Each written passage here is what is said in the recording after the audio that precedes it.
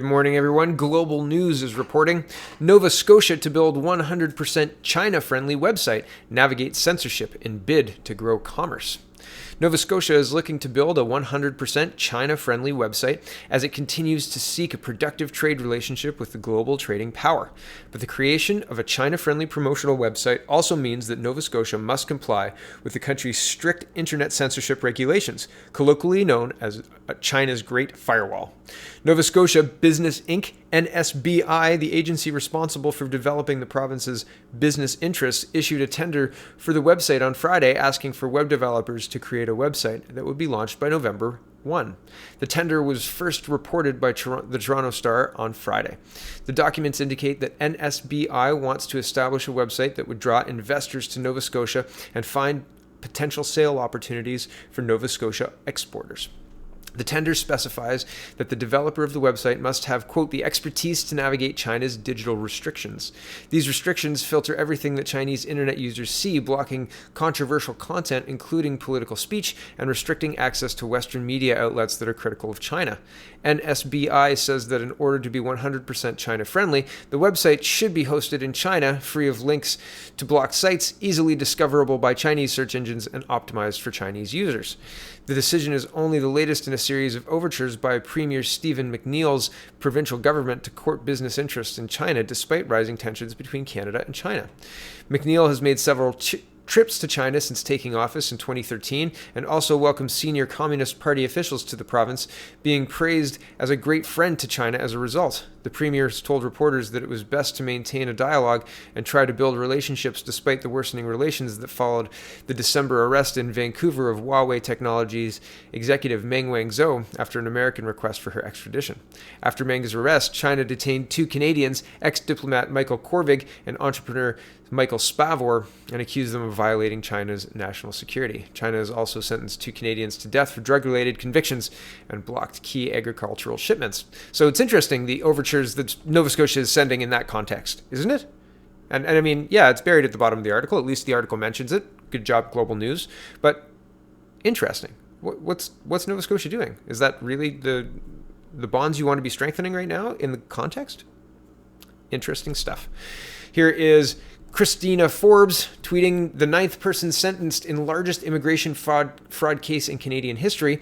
The man was a key player in a passport fraud scheme to help Chinese clients cheat Canadian immigration requirements, has been sentenced to 20 months in jail and fined $44,659. And this article, this one posted the other day, August 9th, is very thin. There's not a lot of data on this. So I've got this one from June 27th. It's got a lot more meat on it. We're going to start with this one, the more up-to-date one. Now we'll start with the June one, and we'll go to the more up-to-date one. Okay, back in June, National Post was reporting, clients of convicted BC immigration fraudster are far from being victims, government says. Former clients of a BC consultant convicted of one of the biggest immigration scams in Canadian history insists they had no knowledge of his fraudulent activity, but the federal government says they are far from being victims. The legal battle currently brewing in federal court could have huge implications for potentially hundreds of Chinese immigrants who had hired Sunny Wang, an unlicensed immigration consultant, to obtain Canadian citizenship or permanent resident status. Wang, who operated New Can Consultants Limited and Wellong International Investments Limited out of offices in downtown Vancouver and Richmond, BC, was sentenced to 7 years in prison in 2015 and fined $900,000 after pleading guilty to multiple fraud-related charges. The scam involved making it appear as if his clients had spent the requisite number of days in Canada, when in fact they had not. To pull that off, clients' passports were altered, typically by adding fake exit and entry stamps. To further the impression some of his clients were living in Canada, fake letters of employment or school admission letters were created. 3 of Wang's staff also received jail time and fines for their involvement in the elaborate scheme. At the time, the Canadian Border Services Agency said it was, quote, the single largest investigation of immigration fraud in British Columbia's history, and noted that some 1,600 clients had paid Wang about $10 million for fraudulent services. In the aftermath, investigators with CVSA's Inland Enforcement Section poured through the list of Wang's clients to identify those who misrepresented themselves in order to obtain or maintain permanent resident status. In Canada, more than 500 were flagged for possible inadmissibility. According to immigration lawyer Lawrence Wong, many subsequent subsequently received removal orders, some living outside Canada simply gave up their permanent resident status, while others awaiting hearings or appeals. Only a handful have successfully appealed on humanitarian and compassionate grounds. Wang believes the government has been unfairly lumping together individuals who knowingly conspired with Wang to deceive the government and those who were unaware of the fraud. Quote, "You treat all victims as if they were complicit? That doesn't make sense." Wang said Wednesday, effort has to be made to separate those that were complicit and weren't complicit. I scroll down a little bit.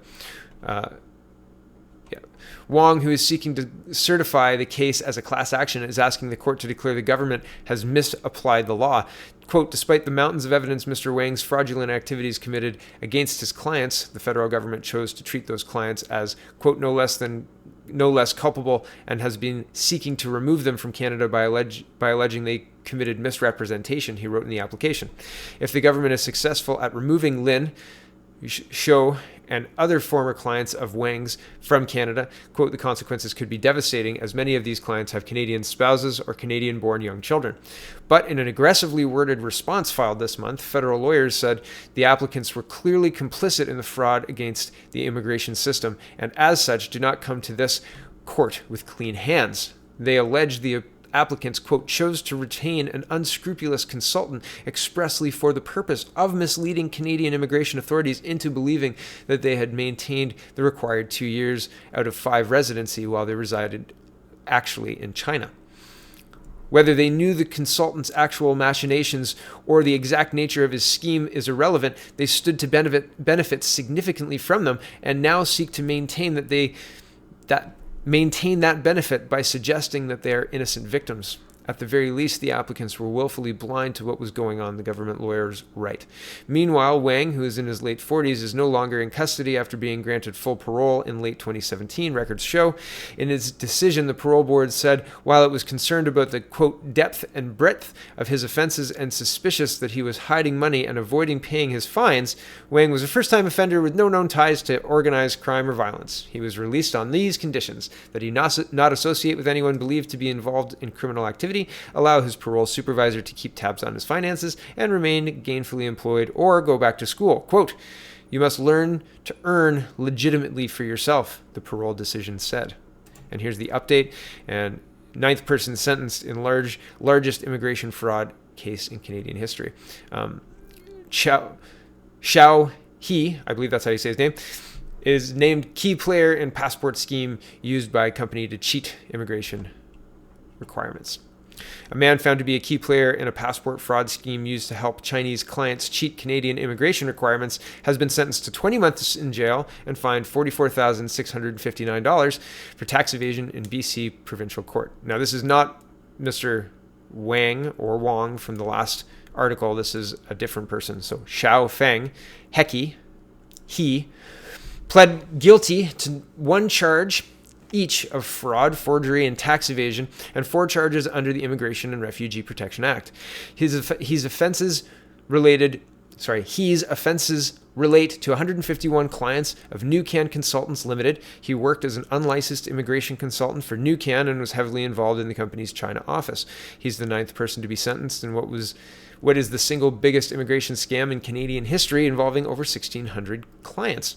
1,000 former clients of the company have so far lost their immigration status or been reported as inadmissible under the Immigration and Refugee Protection Act. Other cases are still pending. Between 2006 and 2013, clients collectively paid Nucan $10 million to obtain residency and Canadian citizenship.